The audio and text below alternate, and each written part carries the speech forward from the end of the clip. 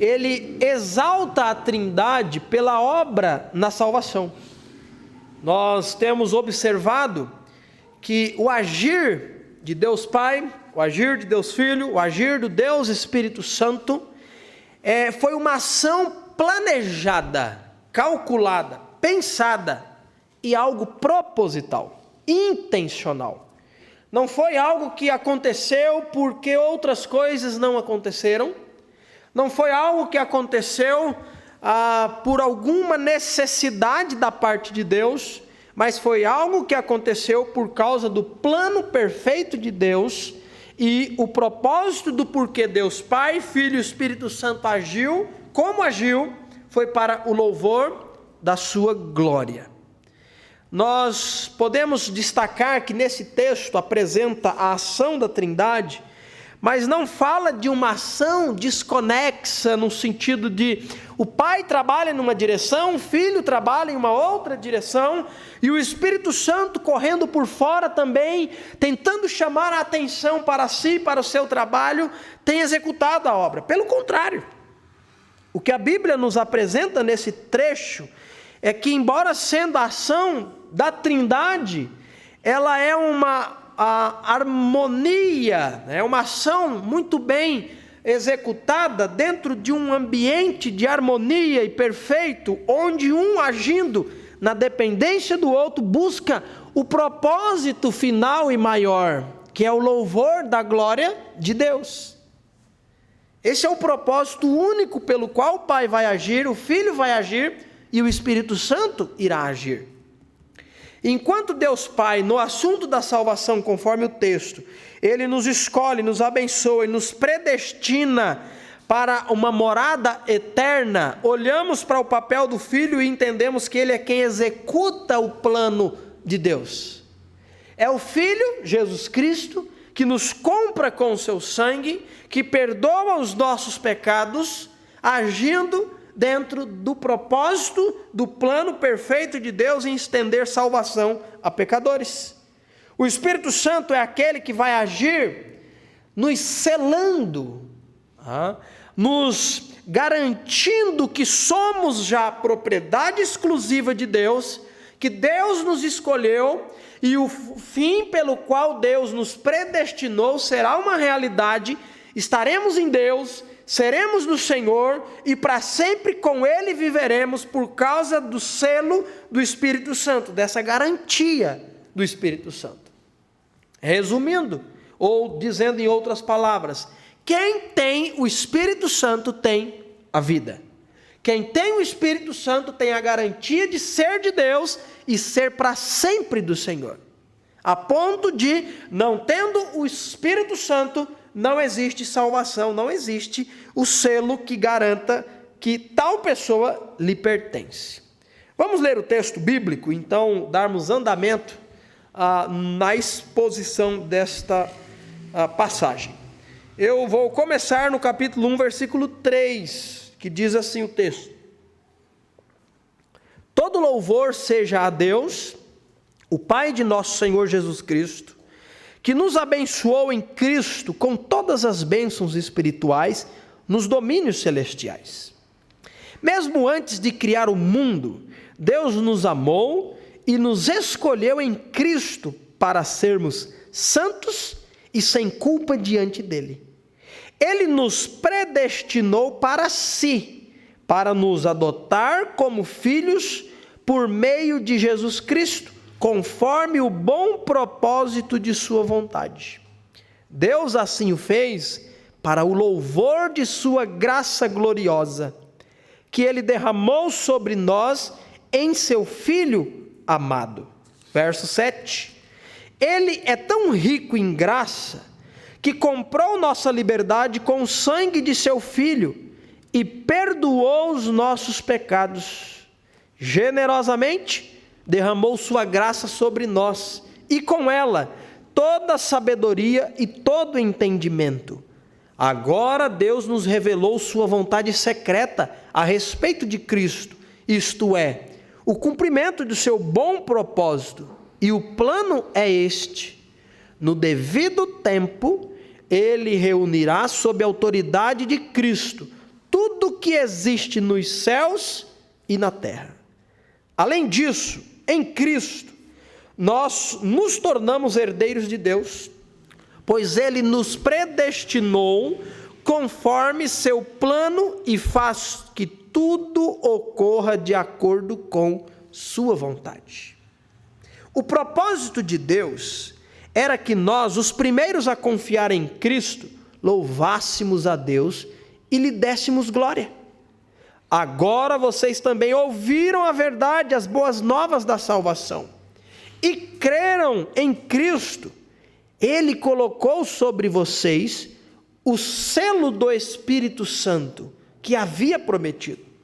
O Espírito é a garantia de nossa herança, até o dia em que Deus nos resgatará como sua propriedade para o louvor de sua glória.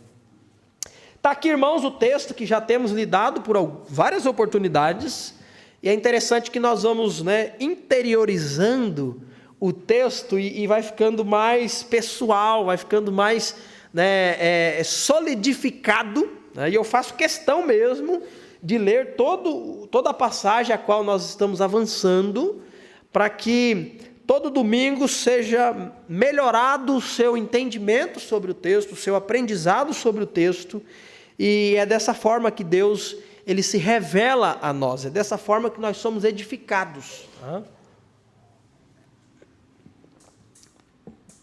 E nós estamos no ponto onde temos olhado para a obra do Deus Filho, Jesus Cristo.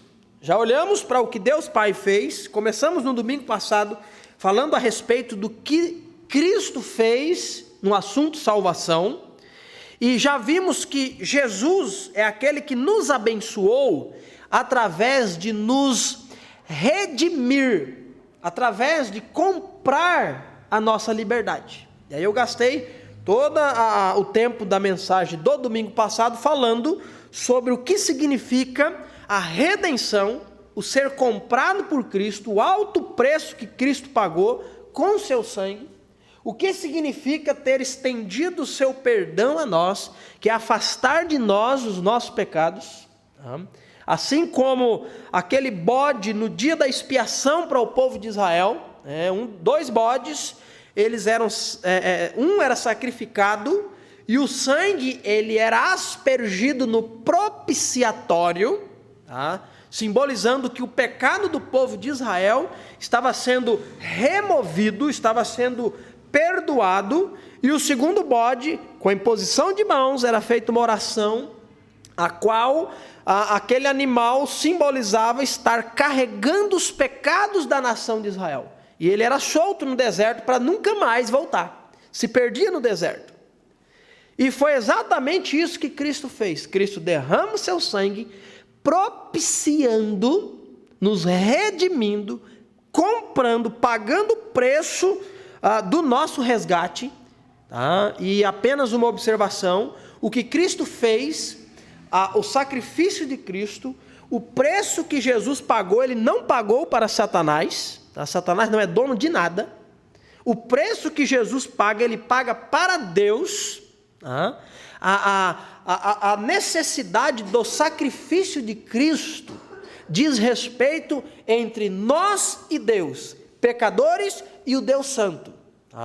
Então, quando Jesus morre na cruz, ele satisfaz a exigência não de Satanás, que não tem compromisso nenhum com isso. Deus não tem compromisso algum, e Deus não tem que prestar contas pelo contrário. Satanás é quem presta contas a Deus. Agora, o que Cristo fez foi satisfazer a justiça de Deus. A Bíblia apresenta Deus como sendo um justo juiz. E como um justo juiz, ele não pode simplesmente dizer: tudo bem, os seus pecados agora eles estão perdoados, faz de conta que nada aconteceu entre nós. Pelo contrário, o justo juiz olha para o pecador e diz: você merece o castigo do pecado, você merece a punição por causa do seu erro. E porque Deus é justo juiz e a sua exigência era o satisfazer do castigo merecido que nós tínhamos, Jesus Cristo veio a este mundo e paga o preço. Jesus morre na cruz, porque apenas desta maneira a justiça de Deus era satisfeita. Então Deus, Ele não deu um jeitinho para que você pudesse ser salvo. Deus fez o que precisava. A única forma do homem pecador ser salvo foi feita o sacrifício perfeito oferecido por Cristo. E quando Jesus faz isso, Ele está comprando, Ele está pagando o preço do nosso resgate. Tudo isso nós vimos no domingo passado. Hoje nós vamos ver que Jesus Cristo, agindo para a nossa salvação, Ele nos abençoa redimindo, perdoando, e nos abençoa ao derramar da sua graça, nos capacitando para entender o plano perfeito de Deus. Você viu isso na leitura? Nós lemos, mas eu gostaria de destacar o versículo de número 8, onde diz o seguinte, falando do que Jesus Cristo fez. Ele diz: generosamente derramou sua graça sobre nós, e com ela toda a sabedoria e todo entendimento. Nós somos abençoados pela graça de Deus, e através da graça de Deus nós temos a sabedoria, aqui diz toda a sabedoria e todo entendimento. Vamos avançar nesse sentido? Então deixe-me falar um pouquinho sobre a graça de Deus, para depois falar sobre sabedoria e entendimento. Paulo fala que em Cristo nós somos abençoados e de forma generosa, de forma abundante, com o derramar da graça de Deus. É isso que lemos. E Deus, a sua graça diz respeito ao quê? O que é a graça de Deus? O que é a graça? Vários e vários hinos são compostos trazendo a verdade da graça de Deus. Vários e vários versículos e textos bíblicos falando sobre Deus e o seu agir graciosamente. A graça de Deus. Efésios é rico em falar sobre a graça de Deus. Capítulo 2, nós vamos chegar daqui uns dias, e lá está dito: pela graça sois salvos. O que é graça de Deus? Graça, nós entendemos como graça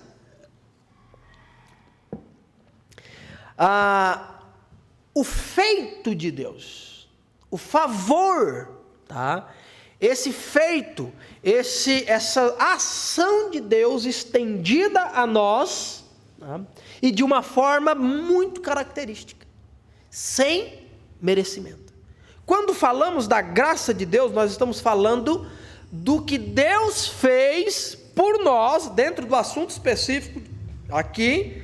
E geralmente quando a graça de Deus é mencionada, está falando sobre a salvação que Deus, a obra que Deus operou para dar a mim e a você salvação.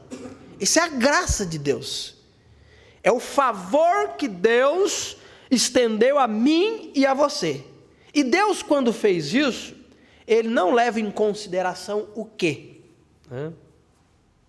A sua aparência. Deus não leva em consideração a sua personalidade. Deus não leva em consideração as suas habilidades, a sua beleza física. Deus não levou você ou eu em consideração quando Ele decidiu agir e derramar a sua graça sobre nós. O texto que lemos já nos deixa muito claro que Deus o fez por causa dele mesmo e para ele mesmo, para o louvor da sua glória. Essa graça é um presente que Deus nos dá, e esse presente, essa graça, embora ela é de graça, ela não é barata, ela é preciosa. A graça de graça. O favor de Deus, ele foi estendido para nós, e quanto que te custou? Nada. É de graça. Mas não é barato. É preciosa. Em um livro sobre discipulado, o autor ele dedica um capítulo para falar sobre a graça de Deus. E ele até intitula sobre a graça, falando, contrapondo a graça barata e a graça preciosa. E o que seria isso? Deixe-me dar andamento avançando dentro do texto, trazendo esse conceito. Fiz isso há um bom tempo atrás, mas se faz necessário novamente. Quando nós pensamos na graça, que é de graça, erramos em achar que a graça de graça é barata. A graça barata, ela não é boa, é perigosa, é danosa. Pois a graça barata provém de um entendimento equivocado. Pois conclui-se que, já que não depende nada de mim, já que Deus operou e fez tudo, eu posso viver do meu próprio jeito, que está tudo bem. Isso é graça barata. A graça barata, ela não implica em um compromisso com Deus, em mudança de vida, em negar-se a si mesmo, em tomar a sua cruz para depois seguir a Jesus. E dessa forma, no pensamento da graça barata, o mundo continua sendo mundo. E nós continuamos pecadores. E o cristão pode então viver como toda a gente vive, em pé de igualdade com todos. E não se atreve a, sob esta graça, ter uma vida diferente da que tinha antes do pecado. Não há um compromisso em viver para o louvor da glória de Deus. Isso é graça barata. E é triste a gente pontuar que hoje não apenas existem muitos envoltos nesse conceito de graça barata, como na verdade existem muitas igrejas, não apenas indivíduos com pensamentos equivocados, igrejas sendo construídas, envolvidas em uma concepção de uma graça barata. Vem como estás e fique como quiser, sem compromisso com Deus. Crentes pautados na graça barata são crentes agentes secretos. Você não sabe que ele é crente, não evidencia, não há compromisso, porque ele não entende que, embora a graça é de graça, ela não é barata, ela é cara, ela é preciosa. E o que é a graça preciosa?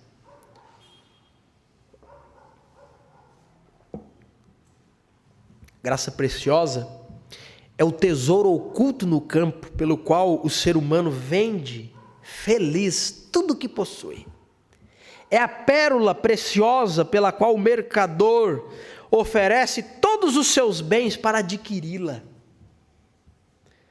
É o domínio do reino de Cristo pelo qual o ser humano, se preciso, arranca o olho que o faz tropeçar. A graça preciosa é o chamado de Jesus Cristo pelo qual o discípulo abandona as suas redes e o segue. A graça preciosa é o evangelho que sempre se deve procurar, a dádiva que deve pedir, a porta a qual se deve bater. A graça é preciosa porque chama ao discipulado. É graça porque chama ao discipulado de Jesus. É preciosa por custar a vida ao ser humano. É graça pois só assim dá vida ao ser humano, e é preciosa, porque condena o pecado. É graça porque justifica,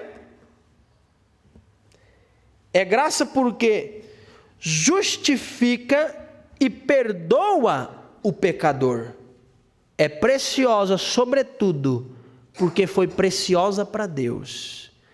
Porque conforme lá em 1 Coríntios 6:20, diz, porque fostes comprado por preço. E, portanto, não pode ser barato para nós o que custou caro para Deus.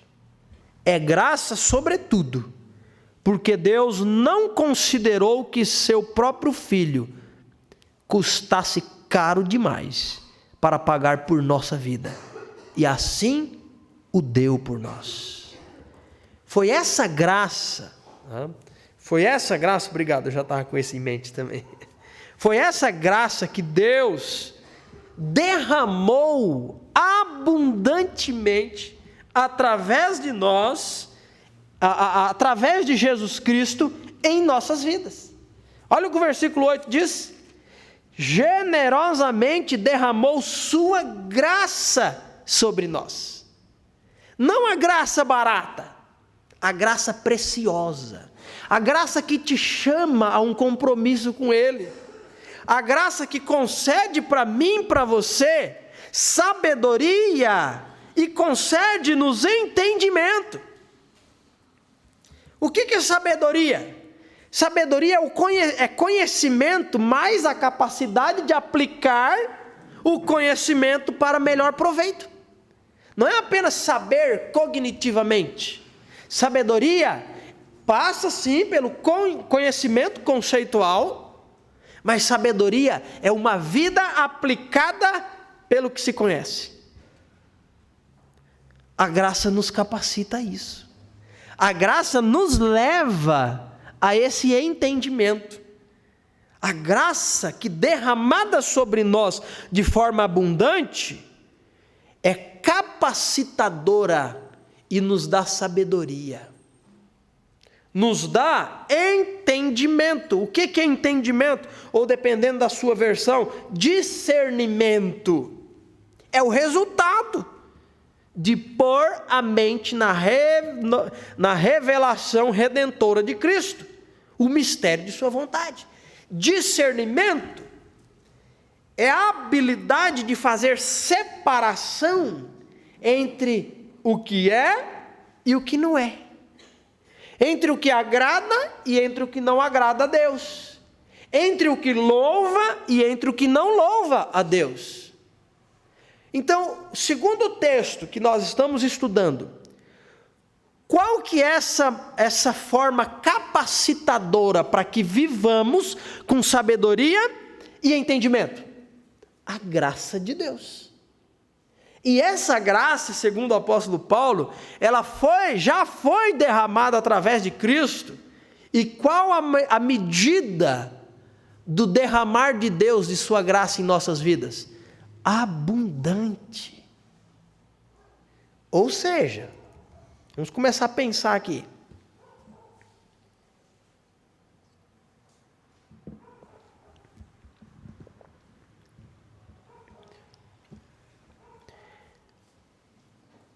Nós não temos desculpa para conduzir-nos em serviço a Deus de forma displicente, de forma relaxada, de forma desanimada, de forma a termos como prioridade nas nossas vidas não as coisas do céu. Não. Nós temos de forma abundante a graça que foi derramada em Cristo, e essa graça nos conduz à sabedoria e o entendimento. E aqui, certamente, em primeiro lugar, está falando da própria pessoa de Cristo, a sabedoria de Deus, e o proceder daquele que está em Cristo em viver para a glória de Deus. Deus derrama primeiro da sua graça, nos resgata, nos perdoa e nos dá sabedoria, e com isso, a capacidade de quê? De entendimento do que Ele está fazendo no mundo. Você pegou isso aí na leitura que fizemos? Deixa eu voltar contigo. Vou ler o versículo 8 e vou avançar. Olha só. Generosamente derramou sua graça sobre nós, e com ela toda a sabedoria e todo entendimento. Tá, agora que você tem toda a sabedoria e entendimento por causa da graça de Deus, o que Ele fez? Revelou o seu plano para nós. Olha aí. Agora Deus, ou seja, depois da graça, depois da capacidade de entender, agora Deus nos revelou sua vontade secreta a respeito de Cristo, isto é, o cumprimento de seu bom propósito. E ele continua e diz, e o plano é este: no devido tempo ele reunirá sob a autoridade de Cristo tudo o que existe, tudo que existe nos céus e na terra. Percebeu o que o versículo está dizendo para nós? Que aquilo que estava anteriormente escondido, oculto, guardado, foi revelado para nós com o agir do Filho, trazendo-nos redenção, remissão, perdão, trazendo-nos sua graça e a capacidade de entendermos o plano de Deus. E Ele revela o seu plano, que em Cristo, o plano é esse: Cristo é o ponto de convergência de todas as coisas.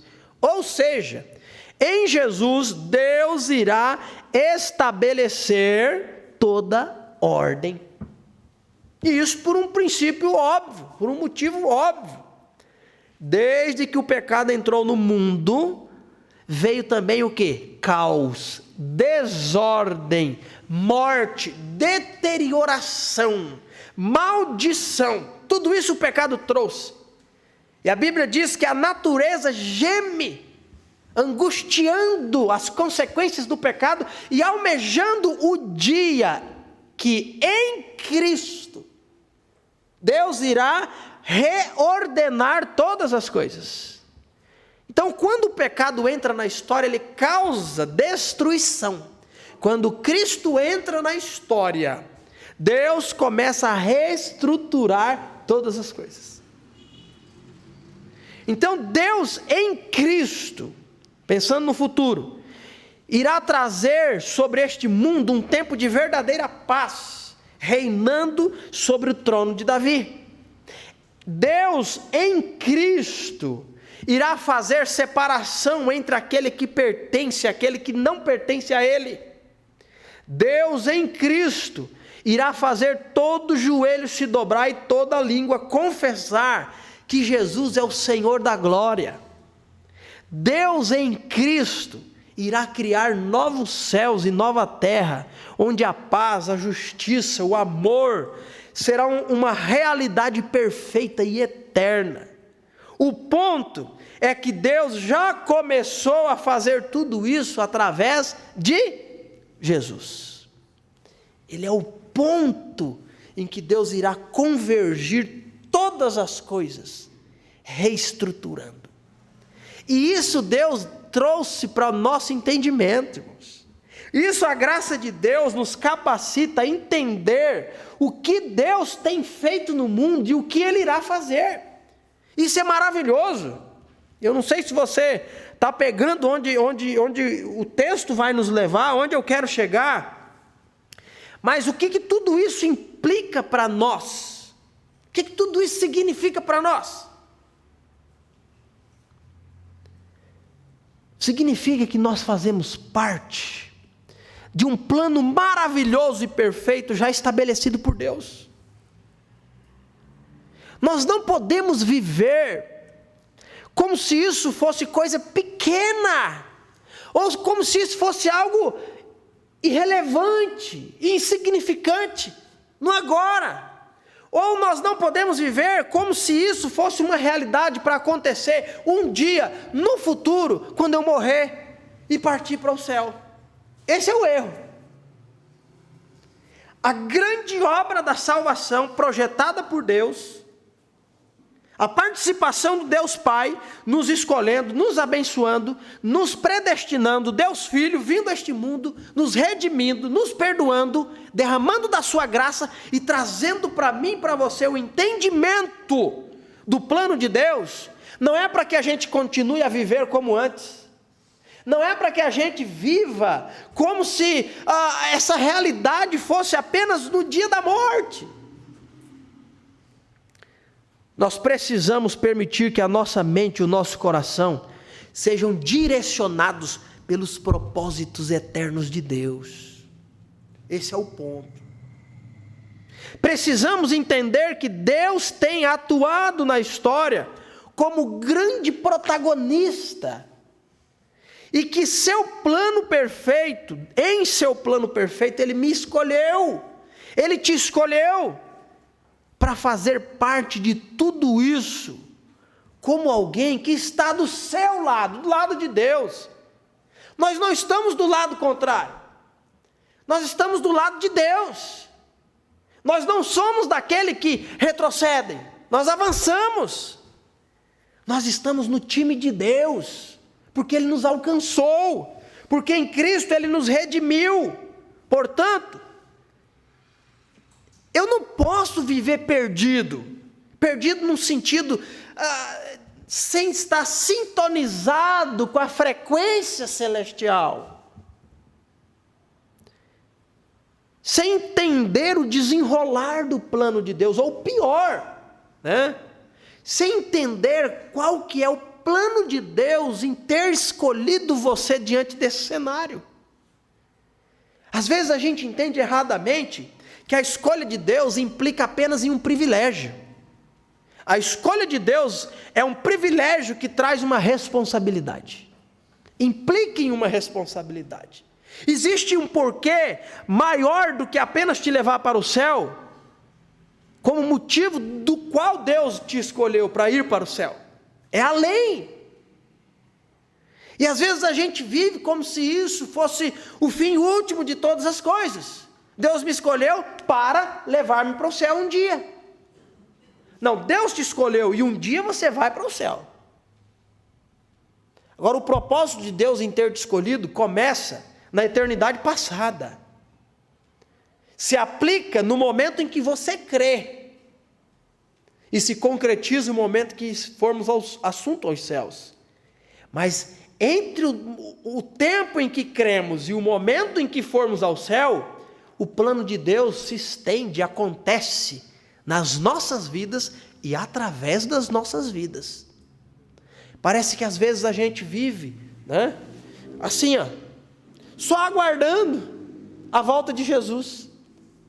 O que está fazendo? Estou vivendo, estou vivendo por aí, vamos tocando o barco.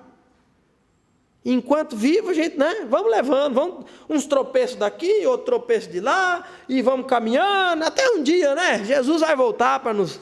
Irmãos, isso é uma vida vira-lata. Isso não é um andar digno. Isso não encaixa com os propósitos eternos de Deus. E na eternidade passada, sem levar em conta a sua realidade, ter escolhido você, através de Jesus, ter derramado seu sangue, ter comprado você.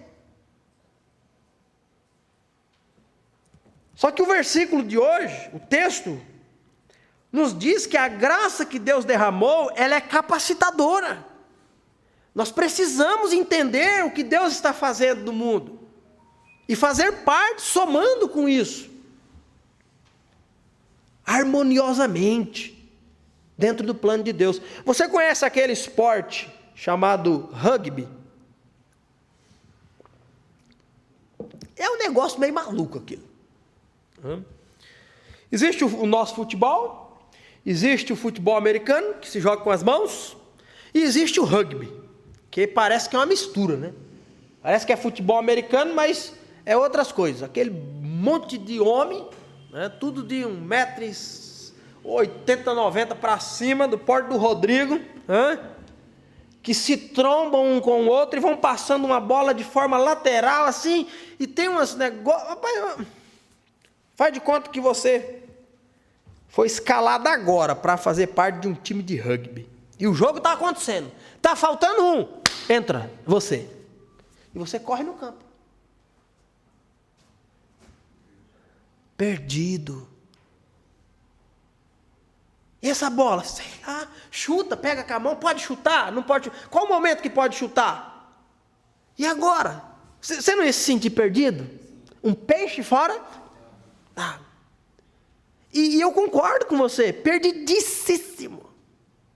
Irmão, sabe o que é triste? É que às vezes essa é a nossa realidade dentro do cenário espiritual. Do que Deus está fazendo agora no mundo. Crentes perdidos. Crentes sem noção de qual é a regra do jogo. Do que Deus está fazendo. Ou do que Deus deseja fazer na sua vida e através dela. Perdido. Não sabe estar de dia, não sabe estar de noite, não sabe... sem sintonia. Isso não está de acordo com a graça de Deus. Isso não está de acordo com o propósito de Deus. Você é alguém que, sendo resgatado por Deus, Ele quer te usar nesse momento da história, para a contribuição do seu plano perfeito, para a execução. Nós não somos parte do plano de Deus apenas por termos sido alcançados por sua graça, mas alcançados por sua graça, Ele quer que o glorifiquemos. Aqui, irmãos, olha o versículo 12, ele revela o propósito de Deus, ele confirma mais uma vez, em Cristo Deus nos predestinou para o seu plano. E qual que é o propósito? Qual que é a intenção de Deus com você e comigo agora? 12. O propósito de Deus era que nós, ele está falando dele e se estende a nós, os primeiros a confiar em Cristo, louvássemos a Deus e lhe dessemos glória. Como você pode andar de maneira digna do nome de Cristo, glorificando o Deus da sua salvação? Esse é o ponto, irmãos. É isso que é esperado de nós. É isso que Paulo, um pouquinho para frente, após falar outras coisas também, ele vai dizer no capítulo 4, versículo 1 aqui de Efésios: portanto, depois de falar tudo isso, como prisioneiro do Senhor, suplico que vivam de modo digno do chamado que receberam. Que chamado? Salvação. Você é salvo em Cristo Jesus, então ande de maneira digna do nome de Cristo. Precisamos viver para a glória de Deus. Precisamos priorizar nas nossas vidas o que é prioridade para Deus. Nós fazemos parte do plano perfeito de Deus. Isso começou no passado, na eternidade passada. Isso se estende a nós hoje e se estenderá pelos séculos dos séculos, para o louvor da glória de Deus. Você tem vivido de maneira condizente a isso? A graça de Deus é a capacitação para o nosso entendimento sobre isso. Que o Senhor nos abençoe, irmãos. Que possamos ter vidas significativas, não como pagamento, percentual de pagamento do que Deus fez. Não. Mas que as nossas vidas sejam significativas, como resultado do que Deus já fez em nós e por nós. Vamos cantar o hino de número 88 do Voz de Melodia? E nós estaremos concluídos nesta oportunidade. Hino de número 88, Graça de Deus.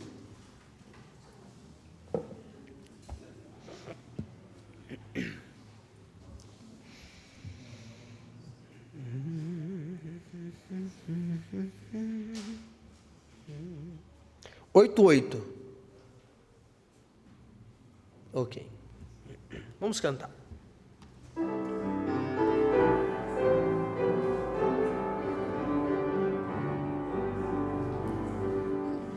Graça de Deus infinito amor, graça que excede todo o meu mal, pelo sofrer em amarga dor, prova-me deu desse amor real.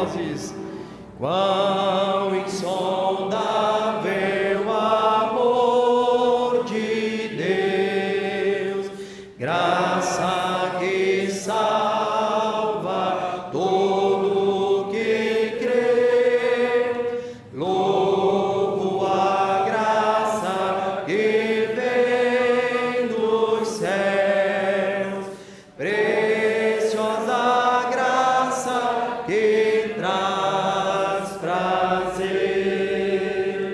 graça, graça, fonte de paz que Jesus me deu, graça, graça, graça maior que o pecado meu. Que essa graça te capacite, que essa graça te desperte, que essa graça te fortaleça para viver um cristianismo significativo e condizente com o que Cristo fez, com o que Deus fez e com o que o Espírito Santo fez. Essa graça é o presente que Deus estende a mim, pecador, e a você. O hino que cantamos diz: essa graça que nos leva a crer. Então, pela graça de Deus, pelo que Ele tem derramado na sua vida, confie sua vida ao Senhor, arrependa-se dos seus pecados, receba o presente ofertado por Deus através do sacrifício de Cristo e viva pela graça. Que o Senhor nos abençoe, irmãos. Tendo dúvidas, querendo saber a respeito da salvação eterna e de como podemos nós ser salvos pela graça, nos procure, fale conosco. Vamos sentar e explicar a continuidade da verdade bíblica, para que você tenha certeza, tá, se essa graça é uma realidade na sua vida ou não. Tá? Que Deus abençoe a todos. Ao toque do piano e uma oração silenciosa nós estamos encerrados.